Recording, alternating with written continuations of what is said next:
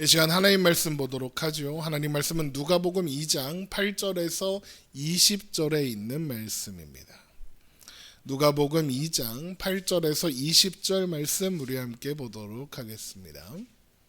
누가복음 2장 8절에서 20절. 누가복음 2장 8절에서 20절 말씀 우리 한 목소리로 읽겠습니다. 그 지역의 목자들이 밤에 밖에서 자기 양떼를 지키더니 주의 사자가 곁에 서고 주의 영광이 그들을 두루 비춤에 크게 무서워하는지라. 천사가 이르되 무서워하지 말라. 보라, 내가 온 백성에게 미칠 큰 기쁨의 좋은 소식을 너희에게 전하노라. 오늘 다윗의 동네에 너희를 위하여 구주가 나셨으니 곧 그리스도 주시니라. 너희가 가서 강보에 쌓여 구유에 누워 있는 아기를 보리니 이것이 너희에게 표적이니라 하더니 호련히 수많은 천군이 그 천사들과 함께 하나님을 찬송하여 이르되 지극히 높은 곳에서는 하나님께 영광이요 땅에서는 하나님이 기뻐하신 사람들 중에 평화로다 아니라. 천사들이 떠나 하늘로 올라가니 목자가 서로 말하되 이제 베들레헴으로 가서 주께서 우리에게 알리신 바 이 이루어진 일을 보자 하고 빨리 가서 마리아와 요셉과 구유에 누인 아기를 찾아서 보고 천사가 자기들에게 이 아기에 대하여 말한 것을 전하니 듣는 자가 다 목자들이 그들에게 말한 것들을 놀랍게 여기되 마리아는 이 말을 이 모든 말을 마음에 새기어 생각하니라. 목자들은 자기들에게 이르던 바와 같이 듣고 본 그 모든 것으로 인하여 하나님께 영광을 돌리고 찬송하며 돌아가니라. 아멘. 우리 다시 한번 인사하시죠. 메리 크리스마스. 메리 크리스마스입니다. 오늘은 성탄절입니다. 하나님이신 예수님께서 우리를 구원하시기 위해서 낮고 천한 자리에 찾아오신 것을 기억하고 기념하는 날이죠. 보통 성탄절이 12월 25일에 있다 보니까 추운 겨울에 예수님의 부모 요셉과 마리아가 묵을 곳을 찾아 이곳저곳을 찾아다니지만 결국 묵을 곳을 찾지 못하고 마구간에 자리 잡았다. 거기에서 아기 예수를 출산하여 구유에 누였다. 이런 장면을 떠올리긴 하죠. 그런데 예수님께서 태어나신 때가 겨울이었다는 증거는 없습니다. 성경이 그날의 날짜를 추측할 만한 어떤 단서를 주지 않기 때문입니다. 그리고 그 성경의 그 날짜를 추측할 만한 단서가 없다는 것은 하나님께서 우리가 그 날짜를 아는 것을 원하지 않으셨다라는 의미입니다. 하나님께서 왜 그것을 우리에게 알리지 않으셨을까요? 우리가 그 날짜를 알 필요가 없기 때문입니다. 하나님은 중요하신 것은 말씀으로 남겨두셨기 때문이죠. 그래서 어떤 사람들은 예수님께서 이 땅에 오신 날짜가 예수님이 부활하신 날과 같을 거다라는 근거는 없습니다. 근거는 없습니다만 예수님께서 이 땅에 오신 날이 부활하신 날과 같을 거다라는 개념을 근거로 해서 부활하신 날이 3월 25일이라고 추측하거든요. 그래서 그러면 예수님이 이 땅에 오신 날은 언제입니까? 예수님께서 출산하신 날이 이 땅에 오신 날일까요? 모태에 생긴 날이 오신 날이다라고 계산을 해서 그러면 3월 25일에 잉태가 되셨다면 출산이 언제쯤이냐? 12월 25일쯤이다. 이런 근거로 예수님의 출생하신 날을 추측하기도 합니다만 사실 별로 안 중요합니다. 사람들은 기념일을 참 좋아하죠. 그래서 개인적인 기념일도 많고 교회가 정한 기념일도 많고 나라가 정한 기념일도 있습니다. 그래서 그런 기념일들을 이렇게 기억하고 지키려고 애를 쓰죠. 그런데 그런 기념일들 중에 그 기념일에 담겨 있는 의미를 제대로 생각하면서 기념하는 기념일이 얼마나 있습니까? 솔직히 그냥 쉬는 날이잖아요. 한글날 쉬죠 요즘에. 한글날에 뭐 합니까? 학교 안 가고 회사 안 가니까 좋다 이러죠. 한글을 만드신 세종대왕의 뜻과 뭐 이런 거 생각합니까? 안 하죠. 뭐 제헌절 뭐 이제 쉰다고 하는데 제헌절 그러면 우리나라의 법이 생긴 날 기억하며 기념합니까? 3.1절 뭐 광복절 그 의미들을 정말 가슴 깊이 새기며 뭔가 합니까? 나라에서 하는 그런 기념식 행사를 보면서 와 가수와 노래 잘한다 이 정도 생각만 해도 다행인 겁니다. 대부분은 그 기념식조차 보지 않고 그냥 쉽니다. 개인적인 기념일은 어떻습니까? 생일, 결혼 기념일 같은 거 보십시오. 정말 그날의 의미를 되새기는 것을 중요하게 여깁니까? 아니죠. 보통 뭐 합니까? 선물 몇 개 받았냐 따지잖아요. 또 그 선물을 뭘 줬냐, 이게 마음에 드냐 안 드냐 이런 겁니다. 결혼 기념일에 부부가 제일 많이 싸운다는 건 아닙니까? 왜 싸우는 걸까요? 결혼 기념일 이벤트가 마음에 안 든다는 겁니다. 사실 그날의 의미를 생각한다면 선물이나 이벤트는 중요한 게 아닙니다. 아무것도 하지 않고 그냥 평범한 날과 같이 저녁 식사를 같이 나누면서 돌아보고 함께한 시간들을 기뻐하고 또 이 세상에 아이가 태어난 것을 또 아내가 남편이 태어난 것을 기뻐하고 감사하고 그것으로 충분한 것인데도 불구하고 그런 것보다 이벤트를 뭘 했냐 뭐 생일을 뭐 선물을 뭘 줬냐 이런 걸로 서운해하고 삐지고 싸우고 그럽니다. 교회가 정한 기념일은 뭐 다르냐? 별로 안 다릅니다. 교회가 정한 기념일들 보통 절기에 따라서 정해지는데 그날의 의미보다 그날에 하는 행사에 더 신경을 씁니다. 그래서 하나님께서 그 날짜를 굳이 가려놓으신 게 아닐까 생각합니다. 날짜를 알려주시면 그날의 주인이신 예수님께서 이 땅에 오신 이유와 그런 의미들은 소홀해지고 그날을 지키는 것 자체에 의미를 두게 되기 때문에 그렇습니다. 그래서 우리가 기억해야 하는 것은 12월 25일 이 날짜가 중요한 게 아닙니다. 예수님이 몇 월 며칠에 태어났는가를 확인하고 찾아서 연구하고 그거 하나도 중요하지 않습니다. 중요한 것은 예수님께서 이 땅에 오셔서 이 땅에 오신 예수 그리스도께서 이루신 일들, 예수 그리스도 그 자체, 그게 중요한 겁니다. 그래서 초기 기독교에서도 그럴 날들을 기념하기는 했지만 한 날로 통일되지는 않았습니다. 어떤 사람들은 아까 말씀드린 것처럼 부활절을 예수님이 잉태된 날을 보고 이제 엄마 뱃속에서 10달이 있으니까 이제 그거 계산해서 며칠 있으니까 계산해서 12월 25일 이렇게 지키기도 하고 또 어떤 사람들은 부활절과 같은 날로 성탄절을 지키기도 하고 뭐 여러 가지 날짜를 이렇게 해서 그냥 각자 그 의미를 생각하고 지켰습니다. 그러다가 그날을 좀 더 이렇게 같은 날로 통일해야 뭔가 더 의미가 깊어지고 모두가 같이 생각하고 할 수 있잖아요.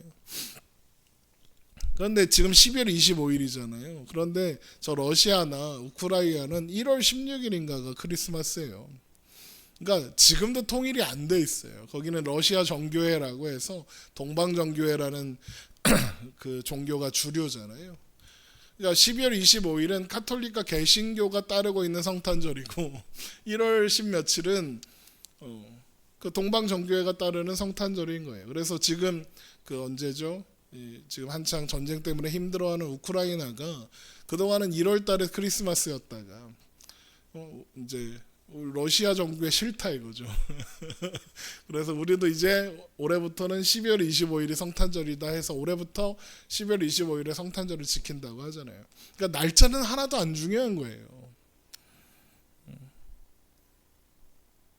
사실 12월 25일로 성탄절 정해놓고 유익한 게 뭐가 있습니까 요즘에. 그날의 의미가 더 소홀해지고 있으니 하나님께서 이 날을 감춰 놓으신 것이 얼마나 지혜로운 일이었는지 알 수 있습니다. 성탄절이 어떤 날입니까? 성탄절은 예수님께서 이 땅에 오셔서 이루신 그 구원의 기쁨과 감격 때문에 축하하고 기억하는 날이죠. 연말에 축제로 여기는 문화 이렇게 그런 거랑 엮이면서 성탄의 주인공인 예수님이 사라지고 뭐가 남았습니까? 산타 할아버지만 남았어요. 성탄절이 산타클로스 생일인 줄 아는 사람이 아직도 많대잖아요. 그러면 심지어 우리가 기독교 국가다라고 하는 유럽이나 미국 같은 국가에 가면 크리스마스를 더 이상 크리스마스라고 부르지 않아요. 크리스마스가 무슨 뜻이냐면 그리스도 마스의 합성어예요. 그리스도는 예수님을 가리키는 말이죠. 마스는 예배, 그 가톨릭이 하는 미사를 가리키는 말이에요. 그러면 예수님을 예배해라 이런 뜻이고, 메리 크리스마스 하면 메리는 기뻐해라 이거잖아요. 그러니까 예수님을 위한 예배를 기뻐해라 이런 뜻이란 말이에요. 그래갖고 메리 크리스마스도 안 하고, 이게 너무 종교적인 말 아니냐. 그러니까 타 종교도 쓸 수 있게 홀리데이로 하자. 홀리데이로 바꿨다는 거예요. 무슨 홍길동입니까? 크리스마스를 크리스마스라고 부르지도 못하고. 심지어 무식한 어떤 사람들은 엑스마스 이렇게 읽잖아요. 보셨죠? X하고 마스 돼 있는 게. 이게 X가 아니거든요. 이게 헬라어의 크리스토스, 예수 그리스도, 그리스도의 그 첫자가 X 모양이에요. 그게 이제 크 발음이 나는 단어인데 헬라어 철자라서 X 모양으로 나와 있는 거예요. 그러니까 그걸 가지고 그걸 읽을 때 엑스마스 이렇게 읽으면 무식한 거예요. 그런데 막 뉴스나 막 TV에서도 엑스마스라고 읽어요. 무식한 놈들 저거. 엑스마스 써 있으면 아 크리스마스 이렇게 읽는 겁니다. 뭐 세상이야 그렇다 치고 뭐 늘 그랬으니까. 교회는 다르냐? 교회도 안 달라요. 뭐 저도 큰 교회에서 부목해보고 전도사도 해보고 해봤지만 성탄절이 되면 성탄의 의미 이런 건 잘 생각 안 해요. 행사하느냐고 바쁘죠. 그리고 그 행사를 잘했느니 못했느니 평가를 하고, 또 그거를 내가 했어야 되느니 제가 했어야 되느니 주인공을 누가 했느니 이런 걸로 또 삐지고. 하지마 그냥. 제가 그런 행사들을 주관하고 도우면서 듣긴 생각이 그거에서 차라리 하지마. 뭐하러 하는 거야 도대체. 이렇게 싸울 거면, 이렇게 다투고 기분 상해할 거면 뭐하러 이 짓을 하는 건가 이런 생각마저 든다니까요. 예수님의 생일 파티 하자 막 이런 의미 좋잖아요. 그러면 좀 못해도 좀 실수해도 또 행사가 미끄럽지 않아도 같이 기뻐하고 웃고 여유롭고 기뻐하고 감사할 줄 알면 되는데, 무슨 전문 연극하는 사람들, 뭐 전문 공연하는 사람들처럼 하길 바라고. 지금도 어느 교회에선 그러고 있을 거예요. 그러면 그럴 바에야 행사를 하지 말고 그냥 예배만 집중해서 드리고 찬양하고 하는 게 훨씬 은혜로운 건 아니겠습니까? 여러분, 성탄절이라고 부르는 오늘이 우리가 드리는 이 예배가 이날의 주인공이신 예수님을 더 깊이 생각하고 묵상하는, 예수님께서 이 땅에 오신 이유와 의미를 마음에 새기고 간직하는 그런 시간이 되기를 주님의 이름으로 축원합니다. 그러면 예수님께서 탄생하시던 그 밤에 베들레헴 근처의 들에서 양을 치던 목자들이 있었습니다. 그런 그들에게 갑자기 놀라운 일이 일어나죠. 주의 사자, 천사가 갑자기 나타나서는 주의 영광이 그들을 두루 비춘 겁니다. 그러자 그 놀라운 광경의 목자들은 크게 두려워합니다. 누가복음 2장 8절입니다. 그 지역의 목자들이 밤에 밖에서 자기 양떼를 지키더니 주의 사자가 곁에 서고 주의 영광이 그들을 두루 비춤에 크게 무서워하는지라. 그렇죠. 생각해 보세요. 밤중에 이렇게 모닥불 하나 피워놓고 우들우들 떨면서 양떼 지키고 있는데 갑자기 반짝반짝 빛나는 천사가 나타나서 옆에 서 있으면 무섭지. 두렵죠. 또 게다가 주의 영광, 하나님의 영광이 나타나면 그 영광 앞에 모든 사람들이 엎드려 두려워서 까무러치고 난리도 아니거든요. 그러니까 지금 목자들은 갑작스러운 일에 당황한 거예요. 그랬더니 천사가 뭐라고 합니까? 두려워하지 말아라. 너희들에게 기쁜 소식을 전하러 왔다 그럽니다. 누가복음 2장 10절. 천사가 이르되 무서워하지 말라. 보라, 내가 온 백성에게 미칠 큰 기쁨의 좋은 소식을 너희에게 전하노라. 오늘 다윗의 동네에 너희를 위하여 구주가 나셨으니 곧 그리스도 주시니라. 생각해 보세요. 예수님의 탄생은 사실 초라합니다. 아무도 주목하지 않는 가운데 태어났고 헛간 구석에 있는 구유에 누이셨습니다. 누가복음 2장 5절, 그 약혼한 마리아와 함께 호작하러 올라가니 마리아가 이미 잉태하였더라. 거기에 있을 그때 해산할 날이 차서 첫 아들을 낳아 강보로 써서 구유에 누였으니 이는 여관에 있을 곳이 없음이로라. 이렇게 돼 있죠. 세상에는 무지와 무관심으로 이 탄생을 환영하는 사람이 아무도 없었다는 겁니다. 그런데 온 세상을 새롭게 할 이 탄생에 하늘은 침묵하지 않은 겁니다. 그래서 밤중에 들에서 밤을 새며 양떼를 지키던 목자들에게 천사를 보내서 주의 영광이, 하나님의 영광이 그들을 비추게 하시고 다윗의 동네에 구주가 나셨다라고 선포하게 하신 겁니다. 그런데 이상하지 않습니까? 뭐가 이상하냐? 이스라엘의 소망인 메시아, 세상의 소망인 메시아 그리스도께서 나신 소식을 제일 먼저 듣게 된 사람들이 누구예요? 왕궁에 있는 사람들도 아니고 성전에 있는 종교인들도 아니고 밤중에 양떼 곁에서 잠을 자야 했던, 제대로 자지도 못했겠죠, 그 목자들이었다는 사실에 이상하지 않습니까? 여러분, 우리는 이 사실에 주목해야 합니다. 당시 목자들은 주목받지 못하는 사람들이었습니다. 가장 천한 일이라고 취급받기도 했었습니다. 그래서 밤중에 거길 지키고 있는 겁니다. 외면받아, 사회로부터 외면받아, 소외받아 갈 곳이 없어서 밤중에 집도 없이 그곳에 있는 겁니다. 그들은 세상에서 낮고 비천하고 쓸모없는 인생들로 분류되는 사람들이었습니다. 그러나 그래서 그들이 제일 먼저 예수 그리스도께서 구주가 나신 소식을 들어야만 했던 겁니다. 주님은 바로 그런 사람들을 위해서 이 땅에 오셨거든요. 누가복음 5장 31절, 예수께서 대답하여 이르시되 건강한 자에게는 의사가 쓸데없고 병든 자에게라야 쓸데있나니 내가 의인을 부르러 온 것이 아니요 죄인을 불러 회개시키러 왔노라. 주님은 스스로 의롭다고 여기는 의인들이 아니라 목자들처럼 낮고 천한 자리에서 절망적인 비참한 가운데서 영적인 가난한 가운데서 소망 없이 살아가는 자들을 위해서 오셨다 그러는 거예요. 그래서 교회 다니면 착해야 되는 거 아니에요? 이런 말은 사실 성립하지 않는 겁니다. 교회 다니면 모범이 되어야 하는 거 아니에요? 사고 치면 안 되는 거 아니에요? 성립하지 않습니다. 교회는 저런 사람들이 모이는 겁니다. 병든 자들, 죄인들이 모인 곳입니다. 그런 자들에게 예수님이 필요하니까 모여 있는 겁니다. 물론 신자가 모범적인 삶을 살지 말자 이런 뜻 아닙니다. 그래야죠. 그렇게 해야 하죠. 하지만 교회에 이상한 사람들이 많다는 건 교회가 잘 작동하고 있다는 뜻일 수도 있다는 얘기를 하는 겁니다. 예수님은 바로 이런 사람들을 위해 오셨습니다. 누가복음 4장 18절에도 주의 성령이 내게 임하셨으니 이는 가난한 자에게 복음을 전하게 하시려고 내게 기름을 부으시고 나를 보내사 포로된 자에게 자유를, 눈먼 자에게 다시 보게 함을 전파하여 눌린 자를 자유롭게 하고 주의 은혜의 해를 전파하게 하려 하심이라 하였더라 입니다. 예수님은 소외받고 불편하고 어렵고 가진 것 없는 자들을 위해서 오신 겁니다.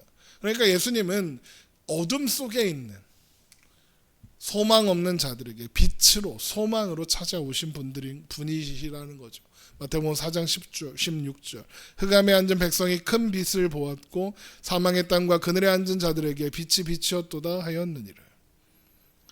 그리고 이 예수님께서 이 땅에 오신 그 진정한 이유와 목적을 상징적으로 보여주는 것이 예수님께서 나셨다는 소식을 처음 듣는 사람들이, 당시 사회에서 외면받아서 더 이상 갈 곳이 없었던 사람들, 목자들이었다는 거예요. 그렇게 목자들에게 기쁨의 소식을 전한 천사는 그 기쁨의 소식의 증거로 강보에 쌓여 구유에 누여 있는 아기를 보게 될 것이다 라고 이야기합니다. 누가복음 2장 12절 너희가 가서 강보에 쌓여 구유에 누여 있는 아기를 보리니 이것이 너희에게 표적이리라 하더니, 그리고 나서 수많은 천군 천사가 나타나서 하나님을 찬송하는 소리가 울려 퍼집니다. 누가복음 2장 13절 호련히 수많은 천군이 그 천사들과 함께 하나님을 찬송하여 이르되 지극히 높은 곳에서는 하나님께 영광이요 땅에서는 하나님이 기뻐하신 사람들 중에 평화로다 하니라입니다. 이제 태어난 아기를 통해서 하나님의 영광이 드러나게 될 것이며 땅에서는 하나님이 기뻐하신 사람들, 하나님이 택하시고 부르셔서 은혜를 입힌 사람들에게 놀라운 평화가 임하게 될 것이다 라고 하는 거예요. 그리고 이것이 예수님께서 이 땅에 오신 목적이고 오셔서 이루시려는 일의 내용인 겁니다. 누가복음 4장 18절에 그 말씀이잖아요. 주의 성령이 내게 임하셨으니 가난한 자에게 복음을 전하게 하시려고 내게 기름을 부으시고 나를 보내서 포로된 자에게 자유를, 눈먼 자에게 다시 보게 함을 전파하며 눌린 자를 자유롭게 하고 주의 은혜의 해를 전파하게 하려 하심이라. 이게 예수님이 이 땅에 오신 목적이고 이유라고요. 자, 그렇게 하나님을 찬양하던 천사들이 떠납니다. 그러자 목자들이 다윗의 동네, 여기서 다윗의 동네는 베들레헴을 가리키는 거예요. 베들레헴이 다윗의 고향이거든요. 그래서 베들레헴인 거죠. 그곳에 가서 마리아와 요셉과 구유에 낳은 구유에 누인 아기를 찾았습니다. 누가복음 2장 15절 천사들이 떠나 하늘로 올라가니 목자가 서로 말하되 이제 베들레헴으로 가서 주께서 우리에게 알리신 바 이 이루어진 일을 보자 하고 빨리 가서 마리아와 요셉과 구유에 누인 아기를 찾아서 그럽니다. 아마 찾는 게 어렵진 않았을 겁니다. 그 시기에 아이를 낳은 사람이 몇 명이나 있겠습니까? 베들레헴 인구가 1000명도 안 된다 그래요. 그러니까 어느 집에 아기 낳았대요? 물어보면 금방 찾았을 겁니다. 그러자 천사가 말한 것처럼 아기가 구유에 누워 있는 겁니다. 생각해보면 아기가 구유에 누워 있는 건 이상한 현상입니다. 보통 거기 안 누워 있죠. 어디 요람이나 이런 데 있겠죠. 그러니까 지금 예수님이 방을 뺏기신 상황이거든요. 그래서 어쩔 수 없이 헛간을 치우고 짐승들을 내보내고 다른 데로 옮기고 거기에 방으로 만들어서 요셉과 마리아, 아기 예수님을 놓은 거예요. 그런데 아기 예수님을 놓을 곳이 없으니까 구유에 누워 있는 거죠. 아무튼 그것을 본 목자들이 천사가 말했던 대로구나라고 생각하면서 자기들이 경험한 것, 천사들이 전해준 이야기를 그 자리에 있던 사람들에게 전하는 겁니다. 누가복음 2장 17절 보고 천사가 자기들에게 이 아기에 대하여 말한 것을 전하니 그러자 이 이야기를 듣는 자가 다 목자들이 그들에게 말한 것을 놀랍게 여겼다라고 되어 있습니다. 여기서 놀랍게 여겼다라는 건 진짜 이런 느낌이 아니라 뭔 소리야 이 얘기입니다. 이상하게 여겼다는 겁니다. 그러니까 그 자리에 있던 사람들은 목자들이 전해준 이야기를 이해할 수 없었던 겁니다. 그들이 이 말을 이상하게 여기고 이해할 수 없었던 이유는 목자들이 전하는 말대로라면 이제 태어난 마리아와 요셉의 이 아기가 메시아라는 소리인데 메시아가 이런 데서 태어난다고? 메시아가 구유에 누워 있다고? 뭐 설사 그렇게 태어날 수 있다고 치자. 그런데 그 소식을 천사들이 니들한테 전했다고? 가장 비천한 니들한테 제일 먼저 전했다고? 그럴 리가 없지 라고 생각하는 거죠. 하지만 마리아만은 그 말을 마음에 새겨 생각했습니다. 누가복음 2장 19절 마리아는 이 모든 말을 마음에 새겨 생각하니라. 이 말은 마리아는 하나님께서 이 놀라운 약속을 어떻게 이루실까를 기대하고 소망하는 믿음을 마음에 가지고 있었다는 겁니다. 그러니까 목자들이 전한 말이 실제로 이루어질 것을, 하늘에는 영광이요 땅에 있는 하나님의 선택하신 자들 가운데 평화로다라는 이 일이 어떻게 이루어질지 소망하는 믿음이 있었다는 거예요. 왜 그런 믿음이 마리아에게 있었느냐? 하나님이 먼저 가르쳐 주셨거든요. 마리아한테는. 누가복음 1장 27절 다윗의 자손 요셉이라는 사람과 약혼한 처녀에게 이르니 그 처녀의 이름은 마리아라. 그에게 들어가 이르되 은혜를 받은 자여 평안할지어다 주께서 너와 함께 하시도다 하니 처녀가 그 말을 듣고 놀라 이런 인사가 어찌함인가 생각하매 천사가 이르되 마리아여 무서워하지 말라. 내가 하나님께 은혜를 입었느니라. 보라 네가 잉태하여 아들을 낳으리니 그 이름을 예수라 하라. 그가 큰 자가 되고 지극히 높으신 이의 아들이라 일컬어질 것이요 주 하나님께서 그 조상 다윗의 왕위를 그에게 주시리니 영원히 야곱의 집을 왕으로 다스릴 것이며 그 나라가 무궁하리라. 마리아가 천사에게 말하되 나는 남자를 낳지 못하니 어찌 이 일이 있으리이까. 천사가 대답하여 이르되 성령이 내게 임하시고 지극히 높으신 이의 능력이 너를 덮으시리니 이러므로 나실 바 거룩한 이는 하나님의 아들이라 일컬어지리라. 마리아는 알고 있어요. 이제 태어난 아이가 하나님의 아들이라 일컬어질 것을 알고 있다고요.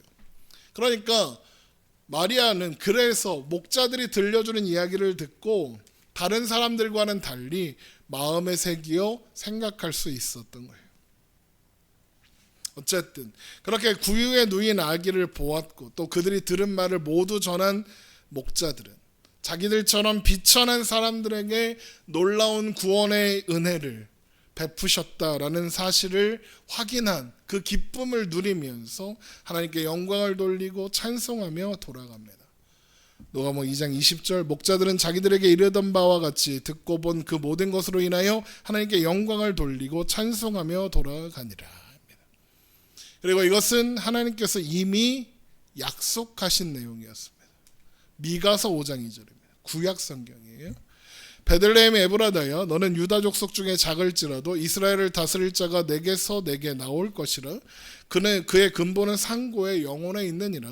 그러므로 여인이 해산하기까지 그들을 붙여두시겠고 구에는 그의 형제 가운데에 남은 자가 이스라엘 자손에게로 돌아오리니 그가 여호와의 능력과 그의 하나님 여호와의 이름의 위엄을 의지하고 서서 목축하니 그들이 거주할 것이라.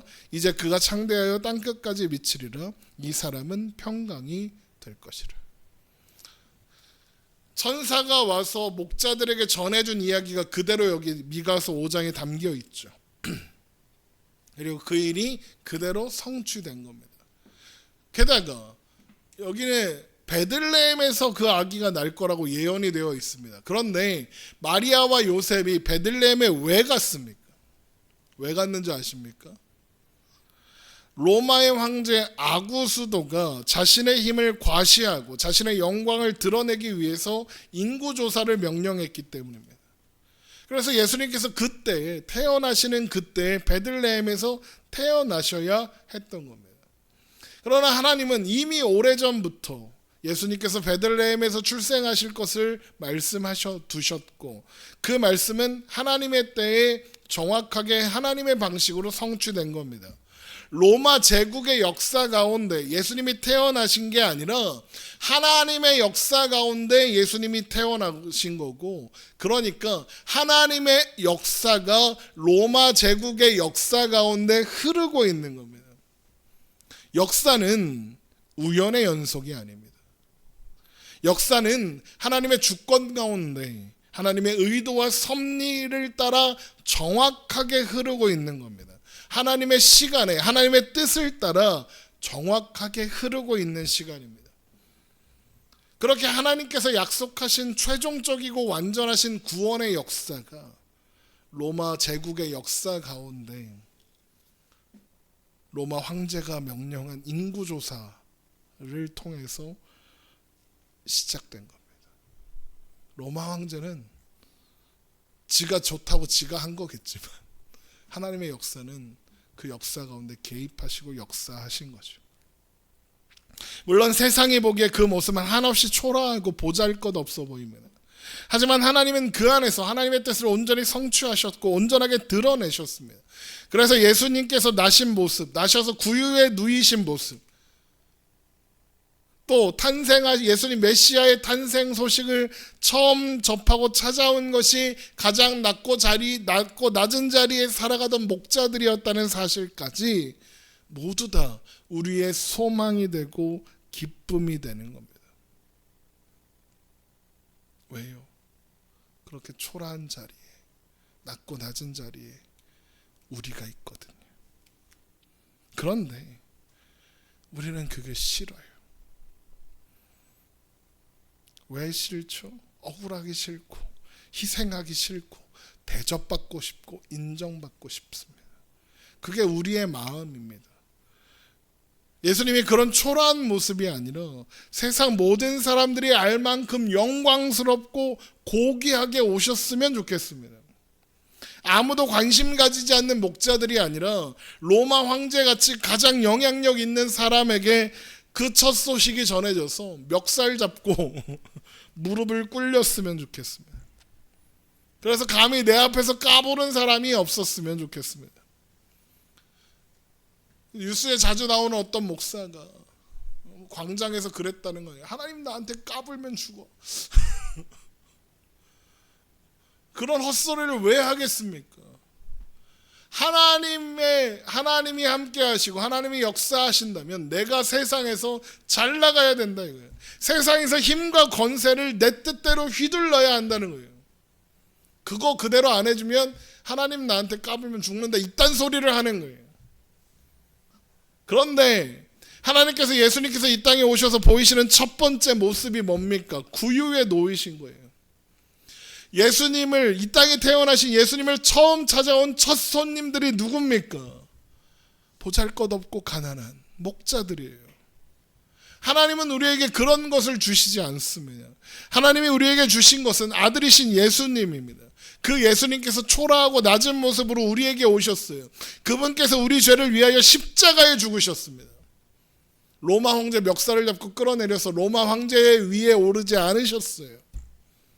부활하신 후에 죽음 가운데 부활하신 후에도 로마 황제 앞으로 가서 나 살아났다 네가 나 죽였지 하지 않으셨습니다. 헤롯의 멱살을 잡지 않으셨습니다. 갈릴리로 가셔서 제자들을 만나시고 그들에게 그의 나라 하나님 나라를 부탁하고 승천하셨습니다. 예수님의 처음 오시부터 십자가를 지실 때 또 부활하실 때까지 그리고 승천하실 때까지 예수님의 모든 나라 모든 사역들은 이 세상의 나라와 권세와는 상관이 없었습니다. 하나님 나라는 이 세상의 권력이나 힘에 의존하지 않는다는 것을 보여주셨습니다. 하나님 나라는 그런 것과 상관없이 드러나는 나라다 보여주신 겁니다. 어떤 여건이나 어떤 상황이 하나님께서 예수님을 통해 이루실 일에 조금도 방해가 되거나 도움이 되지 않는다고 선포하신 겁니다. 하나님은 우리에게 바로 그걸 말씀하시려는 겁니다. 우리가 잘 살고 못 살고 우리의 상황과 우리의 형편에 우리의 삶의 의미와 가치와 소망이 달려있는 게 아니다. 너의 상황, 너의 형편 때문에 너의 운명이 좌우되지 않는다. 너의 운명을, 너의 인생이라는 역사를 붙잡고 있는 건 하나님이다. 말씀하시는 겁니다. 만약 우리가 잘 살고 못 살고 우리의 상황과 형편에 따라서 우리의 삶의 의미와 가치와 소망이 달려있다면 예수님 오신 게 뭐가 기쁩니까? 하나도 안 기쁘죠. 예수님은 초라한 모습으로 오셨는데 그게 뭐가 기쁩니까? 예수님 오시고 끔찍한 사건들만 일어났습니다. 베들레헴 반경 2km에 있는 모든 영아들을 죽였습니다. 헤롯이. 슬픈 날 아닙니까? 고통스러운 날 아닙니까? 초라하고 아픈 날 아닙니까? 우리의 기준이 세상의 가치에 있다면 이날은 기쁜 날일 수가 없는 겁니다. 하지만 우리의 삶의 의미와 가치와 소망이 하나님 나라에 있기 때문에 예수님이 오신 것이 우리에게 기쁨이 되고 위로가 되며 소망이 되는 겁니다. 이 세상에서 살아가는 우리의 삶의 정황 때문에 우리는 억울할 것도 없고 속상할 것도 없다라는 겁니다. 우리의 위로와 우리의 소망과 우리의 기쁨과 우리의 가치는 이 세상에 있는 게 아니라 영원에 있고 하나님 나라에 있으니까요. 그렇다는 것을 예수님의 탄생하신 이 모습만큼 확실하게 보여주는 게 어디 있겠습니까? 우리는 예수 그리스도의 탄생은 하나님이 우리를 위해서 가지신 사랑의 분명한 증거가 됩니다. 하나님은 우리를 구원하시기 위해서 우리를 복되게 하시기 위해서 남겨두신 것이 하나도 없습니다. 하나님 우리를 복 주시기 위하여 아끼시거나 하신 것이 없습니다. 로마서 8장 32절 자기 아들을 아끼지 아니하시고 우리 모든 사람을 위하여 내주시니가 어찌 그 아들과 함께 모든 것을 우리에게 주시지 아니하겠느냐. 하나님께서 하나님의 모든 것을 우리에게 주신 사건, 그것이 성탄인 겁니다. 누구에게도 하소연할 수 없고 위로를 받을 수 없는 그런 상황 속에 있다 할지라도 예수 그리스도가 함께하지 않는 인생과 존재와 상황은 없다고, 세상이 초라하다고 이야기하고 보잘것없다고 이야기해도 하나님이 보지 못하는 존재는 없다고 구유에 나신 예수님의 모습이, 그리고 그 소식을 처음 듣고 찾아온 목자들이라는 존재를 통해서 우리를 향해 선포하고 있는 겁니다. 우리의 인생의 어떠한 상황 속에서도 하나님이 외면하시는 것이 없다. 하나님이 방관하시는 건 없다. 지금 함께하고 계신다. 그가 그의 능력과 우리를 향한 아들을 주신 열심과 진심으로 궁극적으로 승리하게 하신다. 지금 초라해 보이는 것, 억울해 보이는 것, 그 자리, 그 일을 통해서도 하나님은 하나님의 일을 반드시 이루신다. 하나님은 실패하지 않으신다. 이것이 임마누엘이고, 그래서 우리가 축성탄 그러는 겁니다. 비록 구유에 누이셨고 화려한 탄생 축하연 같은 건 없었지만 베들레헴에 나신 아기는 이 땅에 오신 하나님이십니다. 그런 하나님이신 주님께서 이 땅에 찾아오셔서 제일 먼저 만나신 사람들이 우리와 같이 소망이 둘 곳 없어서 소망 없이 살아가던 사람들이었습니다. 그래서 예수님이 우리의 삶에 찾아오시는 겁니다. 그래서 우리의 삶에 예수님께서 영원한 소망이 되셨고 세상이 줄 수 없는 평안이 되신 겁니다. 소망 없는 삶 가운데 찾아오사 소망이 되신 예수 그리스도, 기쁨 없는 삶 가운데 찾아오셔서 기쁨이 되신 예수 그리스도, 위로가 없는 세상 가운데 찾아오셔서 우리의 위로가 되신 예수 그리스도. 오늘 말씀을 통해 그 예수 그리스도를 생각하고 묵상함으로 우리의 삶의 상황과 정황이 아니라 예수님이 나와 함께 하신다는 사실로 인하여 안심하고 기뻐함으로 오늘을 살아가는 저와 여러분 되시기를 주님의 이름으로 축원합니다. 기도하겠습니다.